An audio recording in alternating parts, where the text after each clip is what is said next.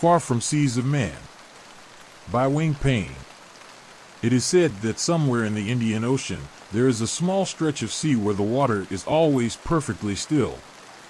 These were the rumors that reached my ears, anyways, in the year 1882 in England. This anomaly attracted the attention of many for a time, but not many enough for it to be sought and debunked, so after a while the excitement faded. When I learned of it, it was merely an old myth, exaggerated by tales of sunken ships lost at sea and demonic activity. Still, it intrigued me greatly, to the point where it occupied my thoughts day and night and became somewhat of an obsession.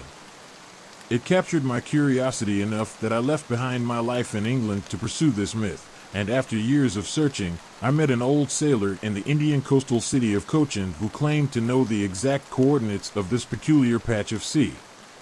I had no reason to believe him, but no other lead, so for the insignificant price of a glass of whiskey, the old man gave me the coordinates to this place, and I merrily began to search for a way to get there. I had no ship, no prior experience sailing, and it was highly unlikely that I would find someone to sponsor this expedition, especially so long after the rumors had died down. However, I would spend much free time on the docks in that coastal city where I made my residence. I would converse with and become friends with many of the regular sailors and captains and learn if they were any time soon to make a voyage that would pass near the coordinates the old man had given me, but no trade route went anywhere near this sea.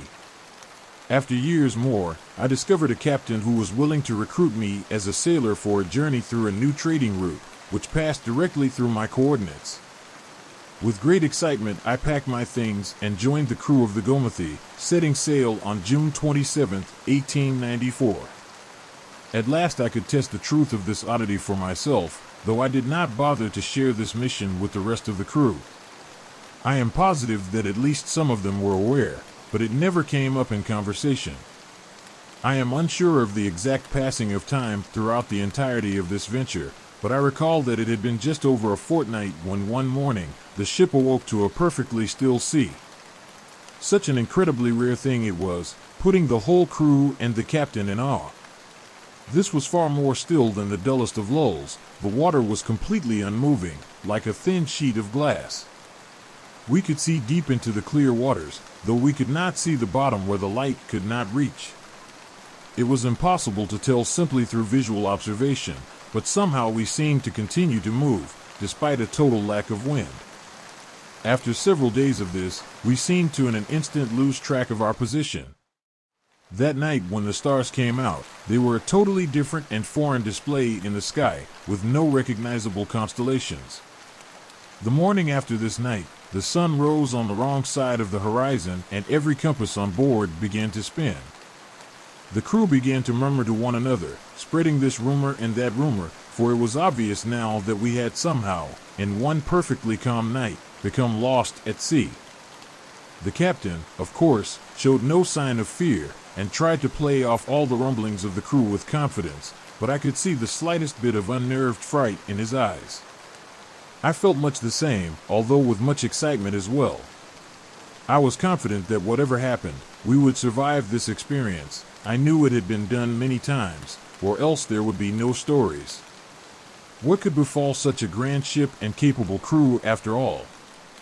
Someday soon the stars would be set in their old familiar formation, and the sun would rise in the east over a windy, choppy sea. That was my hope, anyways. What really happened was that things continued to grow weirder. 2 weeks into this anomaly, at noon, every clock and stopwatch on board simultaneously died. The crew was a little unsettled by this, but also unbothered since we could still count the days by the rising and setting of the sun. However, the next morning, the sun did not rise, putting an end to any sense of time. Now we were enveloped in darkness, though the stars began to shine ever brighter and more colorful. Our ship was in time lit by a surrounding, emanating bluish-purple glow from millions of stars, galaxies, and universes all around us, reflecting off the still sea as if there were no water beneath us at all, but an infinite drop.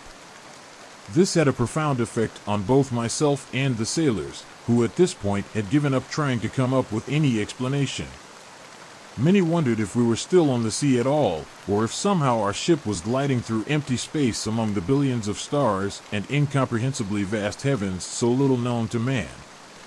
In my mind, it did, and I had never experienced such silence and peace as up there in the sea of lights and colors shining in empty darkness, far away from Earth. Earth, where such small and trivial things tear apart and ravage mankind as if they weren't infinitely insignificant in the great cosmos. No planet Earth could be seen where I was, smaller than a particle of dust it must be, and all the world and its history must be smaller than an individual particle in a drop of rain in the ocean of the universe. All time existed at once, and yet there was no time at all. 1,000,000 years might pass in a moment, and a moment may never end. Due to this phenomenon, I cannot say how long it had been in this paradise of stardust when we first encountered the beings. None can begin to describe these things. We humans could feel their presence and in some way see them, but their appearance was not in any normal physical form.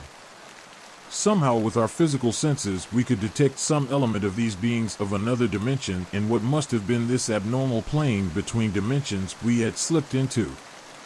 They were massive, even more so than the stars, their peculiar shapes of translucent darkness and unknown colors that I cannot name floated and seeped through the nothingness around us like a material I could never have imagined.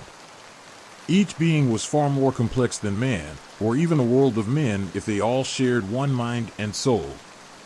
To my eyes they appeared drifting, but I could feel that they did not drift aimlessly or purposelessly. They were aware of us humans in our humble little boat, but paid us no mind, just as a man pays no mind to the insects in the ground beneath his feet. One of the beings took a fleeting interest in us, ceasing its journey through the universes for a moment to examine our ship and us minuscule humans on it. I looked up at this being in total awe, and it simply looked through me for a moment in passing and continued on its way. This grand peak of our existence was cut too short, for our small, physical human brains could not bear all this.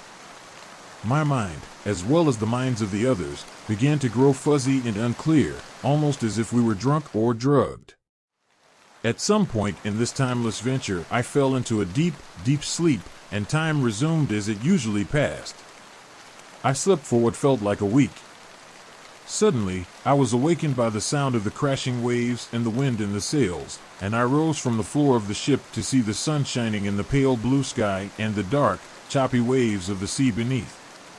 The whole crew seemed to be rising from sleep simultaneously, and after hours of insane ramblings of conversation to reorient ourselves in reality and make what sense we could of what had happened, we determined that we were hundreds of miles off course and nearly 4 years late for our scheduled time of arrival. How we survived that long on our provisions is an odd thing, but in comparison to the rest of the experience, I pay it no mind. We finally made port on September 12, 1898. Most of the crew, including the captain and myself, resigned from the job immediately. I cannot give a reason for the others, nor explain exactly why I did, but it is what I desired to do. I moved back from India to my original home in England, and resumed my former occupation. To those questioning our 4-year disappearance, we had coordinated some simple and silly story of how we became lost, but I do not know if anyone believed it. Regardless, I do not care. I live in peace now, and sometimes I dream of sailing a great ship through the stars, far away from Earth. Stories left unread. Please consider subscribing.